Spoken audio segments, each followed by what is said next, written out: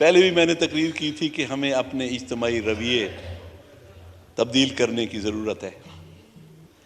पाकिस्तान जब से बना है, हर आने वाली हुकूमत ये कहती है कि मुल्क नाजुक मोड़ पे खड़ा है। 70 साल में हम उस मोड़ को नहीं क्रॉस कर सके। जनाब स्पीकर, अब तो कितने वजीर खजाना, हर हुकूमत के साथ कोई 2-4 नए वजीर खजाना आते हैं, और जो भी वजीर खजाना आता है, अब तो आने वाले से खौफ लगता है कि पता नहीं ये कौन सा एजेंडा लेके आ रहा होगा और कौन सी मुसीबतें अवाम के लिए लेके आ रहा। हर बजट में ये कहा जाता है, जिस तरह जहन को जंजीर से डर लगता है, पीर व मुर्शिद हमें हर पीर से डर लगता है, और मकतबा फिक्र की बोहतात जहां होती है, तर्जमा ठीक है तफसीर से डर लगता है।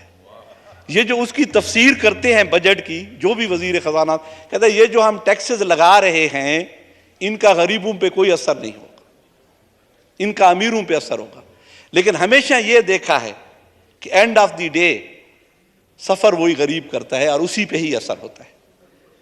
अब वजीर खजाना इसहाक डार साहब जब तशरीफ लाए, हम बड़े खुश हुए कि शायद इनके पास हमारे दर्दों का कोई इलाज हो, कोई मदावा हो। लेकिन वो है बज़्म में इतना तो सब ने देखा मीर, फिर इसके बाद चिरागों में रोशनी ना रही, ना गैस रही है ना बिजली रही है, और वो इतनी महंगी कर दिया कि गरीब का घर तो अब वो बल्ब नहीं जला सकता, क्योंकि उस एक बल्ब के जलाने का जो बिल है उसका 2000 से कम नहीं आता। तो वो मेरे ख्याल में अंधेरे में ही बैठेगा। और जनाब स्पीकर,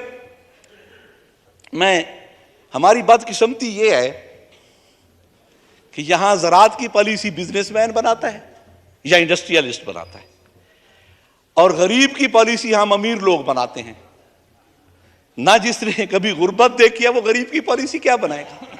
और जिसने ज़राअत में, मैं अपने किसी भी वजीर खजाना से पूछता हूं कि वो कभी नंगे पांव खेत में चले हैं, किसी खेत में गए हैं जिंदगी में कभी, तो वो क्या पॉलिसी बनाएंगे।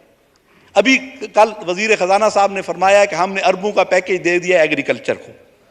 मैं यहां थल के काश्तकार की तर्जमानी पता नहीं कितने सालों से कर रहा हूं कि उनका कर्जा माफ करें। ये मेरे पास 2 नोटिस हैं जो मैं लेके आया हूं।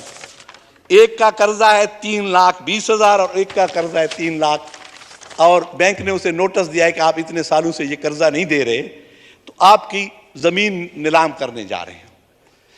अब ये बैंक की जो डॉक्यूमेंट्स हैं उनमें डिफॉल्टर डिक्लेयर हो गए। आपकी किसी पॉलिसी में से ये हिस्सा नहीं ले सकते जिसकी जमीन बिक रही है।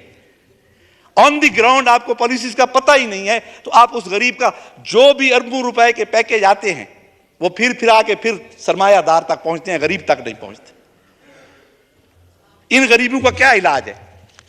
कोई DLR होती है इनकी लिस्ट, ये उसमें है। जो बंदा 3 लाख कर्जा नहीं दे सकता, ये 50,000 लिया होगा इसने, सूद दर सूद जो 3 लाख हो गया, वो अब इसके लिए वकील कहां से करेगा। आप इंसाफ की बात करते हैं जनाब स्पीकर, यहां तो इंसाफ खरीदना पड़ता है गरीब को। इनके पास वकील की फीस के पैसे नहीं है। अगर 3 लाख होता तो ये अपना कर्जा उतारता, वकील की फीस ये कहां से लेगा। तो किसी मेरे चीफ जस्टिस ने, किसी आने वाले जज ने कभी इस पे सुओ मोटो नोटिस लिया है कि गरीब को यहां इंसाफ खरीदना पड़ता है। करोड़ों रुपए वकीलों की फीसें हैं, इसमें कभी सुओ मोटो नोटिस लिया गया? नहीं लिया गया। इसलिए जनाब स्पीकर, सराकी में हम आदिन भी मंजी या भीड़ी हो, क्योंकि हम एक दूसरे के साथ सिम्बियोसिस है, मफाद परस्त तबके एक दूसरे के साथ मिले हुए हैं, वकील और जज एक दूसरे का हिस्सा हैं।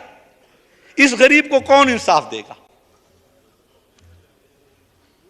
लिख पढ़ टिकटां ते कागजां दे बहाने लगसन, एक कचारी ये इथा आने लुआने लगसन, और छड़ा मकतूल दा चोला ना दिखा मुनसिफ को, छड़ा मकतूल दा चोला ना दिखा मुनसिफ को, इसके इंसाफ जो चाहते तो खजाने लगसन। खजाने तो गरीब के पास नहीं है। तो इन अदालतों का, इस इंसाफ का क्या फायदा जो गरीब को इंसाफ ना दे सके।